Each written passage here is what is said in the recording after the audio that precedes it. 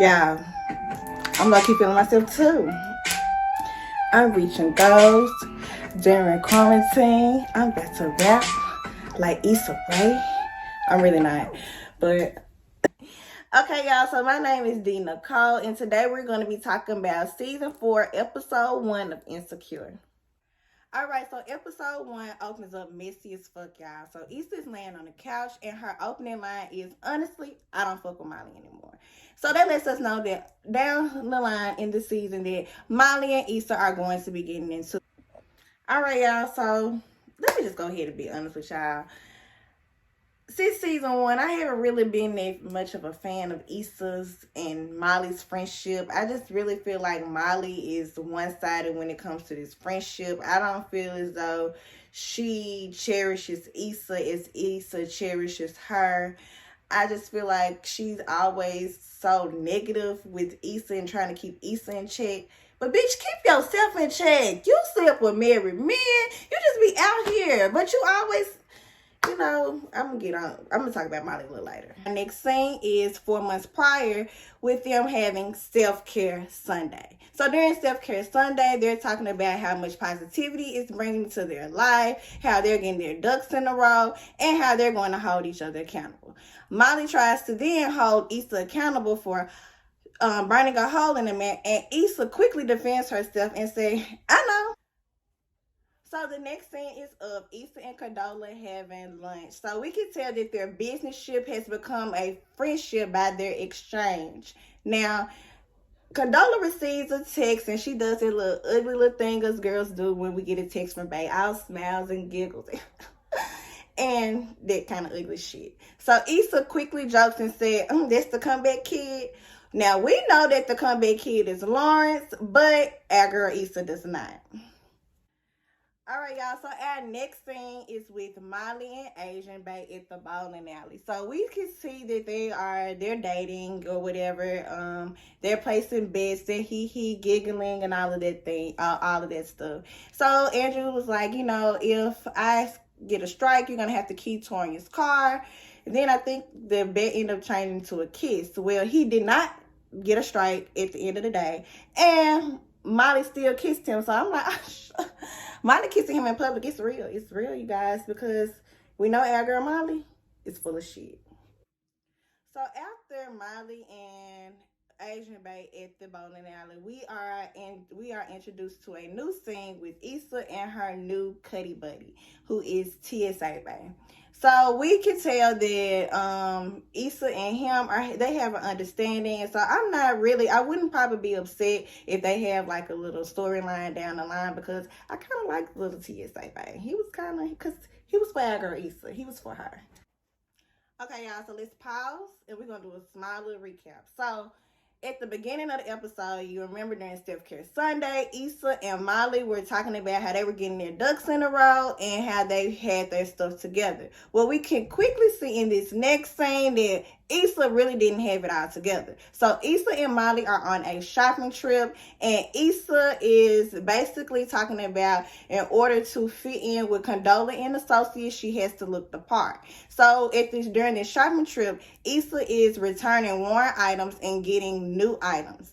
So we see that Issa doesn't really have it together. All right, y'all, let's press pause right quick because we need to talk. Let's have a reality check. So that last scene hit home for me because it reminded me so much of modern day social media, how we can get so caught up in what people share with us and not even know their reality. So, for instance, we can just assume that just because a person has a career that they have it going on. We can assume that because a person has a wear name brand that they have it going on. But let's just truth be told, half of us don't like our careers, more than half. Truth be told, let's act like we didn't know on 3rd Street there used to be a flea market that people don't wear knockout stuff. So let's just be real. But we just get so caught up in things and we don't really know what is going on. We just assume that people have it all together and they really be out here fronting, flogging, not having it together. But okay, let's just press play. Okay, y'all, Now, to me, the next scene is the climax of the episode. So this scene is shared between Issa, Condola, and Tiffany. So Issa and Condola are giving each other compliments. Where have you been hiding this amazing girl? Where have you been hiding this fine fashionista? And Tiffany, being Tiffany, wants all the accolades, talking about how her unborn baby has brought them together. Tiffany's attention then goes to the flower arrangement on Condola's desk, and she asks, where did she get these flowers? Issa's like, from New Bay. And so Condola was like, well, I guess I can say that your unborn baby brought me and Boo together. So Issa like, who? Because, I mean, Tiffany don't know too many niggas, so who did he bring together? So then Issa asks her, was it their little light-skinned friend? And so Tiffany like, Tiffany was like, so are you talking about that one guy that one time y'all went out that I told you was not gonna be, not gonna make it? And so Condola was like, yeah, we've been going strong a month. So Issa like, still like, who the fuck she's talking about? So Tiffany then has to tell Issa that Lawrence and Condola are a thing. Alright, so this next scene is shared between Condola and Lawrence, and we can tell that walking into the scene that Condola is a little uneasy by the information that she just found out about Lawrence and Issa. So, the first thing that she says is, I think I'm friends with your ex-girlfriend. So Lawrence is confused because he's like, I know she's not friends with Issa. Like who could she possibly be talking about? So she then shares that Issa is the person who she's been working with on the account. So, Lawrence and her, they kind of share like a little confusion moment, I guess. Like they don't know what to do. What does this mean for them? So she was like, does this mean I need to start working with her? He's like, yes, no. Then he was like, no, don't stop working with her. So then she asks Lawrence how long had Issa and him dated, and he then tells her 5 years. You can then tell on her face that she's a little uneasy some more, because 5 years is a long time, y'all. You know that 5 years mean history. That mean 5 years, that bitch crazy. You don't know what's going to happen between their relationship with somebody for 5 years. So she don't know what to do, because her girl Issa might still be in love. So she was like, can we have a rain check? So they do a rain check, and they end. Okay, y'all, so the last and final scene is of the mixer. So the mixer opens up with Issa, Tiffany, and Condola and a potential sponsor at the table. And Issa is trying to pitch her event of the block party. So the sponsor is asking questions, and Issa and Condola, their answers are clashing. And so you can tell that their chemistry is off because of the Lawrence issue. So Condola, to save the day, she quickly suggests that her and Issa split and cover ground so that they can reach as many sponsors as possible, because right now their chemistry is not going to get it. So they split off and they're trying to get sponsors, and Issa is talking to a sponsor and walks in Molly and Andrew.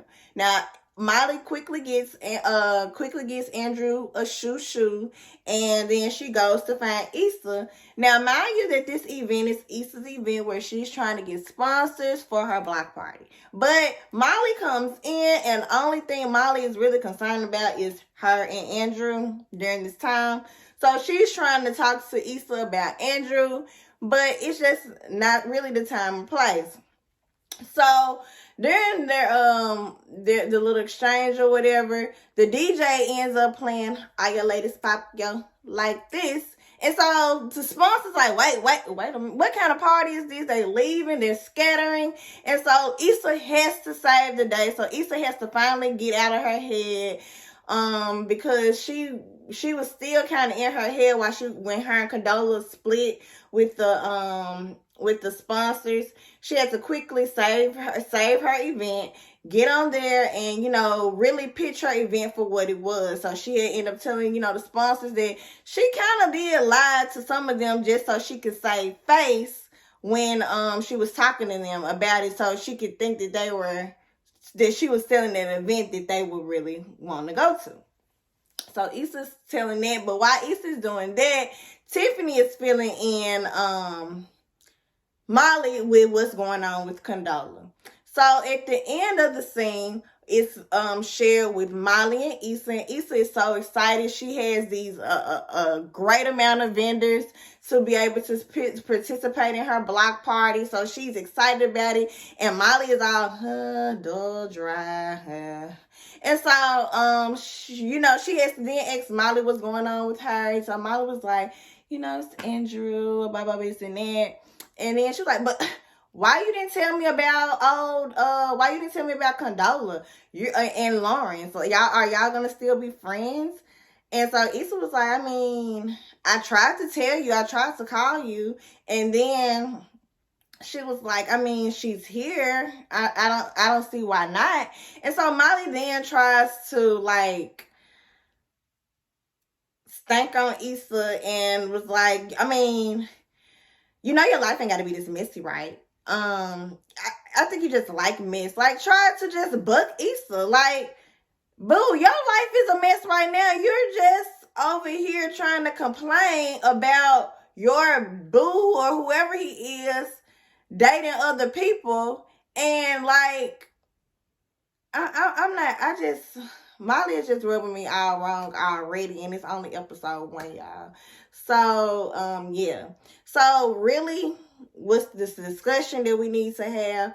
Who do y'all feel like was the more in the wrong in this episode? Do y'all think it was Tiffany, or do y'all think it was Molly?